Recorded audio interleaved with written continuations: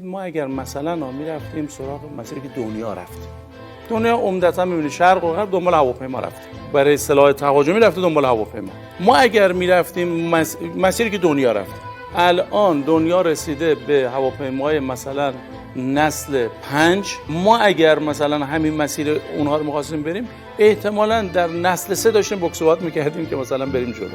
یعنی چی؟ یعنی هر کاری می‌کردیم پشت سر اونها بودیم. یه 50 سال فاصله داشتیم. ولی این که ما اومدیم مسیری رو انتخاب کردیم که در واقع به جای اینکه پشت سر دشمن حرکت کنیم هیچ موقع بهش نرسیم، مسیری رو انتخاب کردیم که الان در مقابلشون در اومدیم. یعنی درسته که مثلا در این سالها تهدیدات رو دیدیم، تهدید محور دنبال کردیم، امکانی رو پیگیری کردیم که مثلا بشه تهدیدات رو جواب بده، ولی در بسیاری اوقات حداقل در این دهه اخیر هدف محور حرکت کردیم. یعنی دنبال مسائلی بودیم، دنبال تسلیحاتی بودیم، دنبال امکاناتی بودیم که اینها از یک نقطه‌ای در واقع بتوانیم موفقیت به دست بیاریم که تمام توانمندی‌های دشمن رو ناکارآمد کنیم.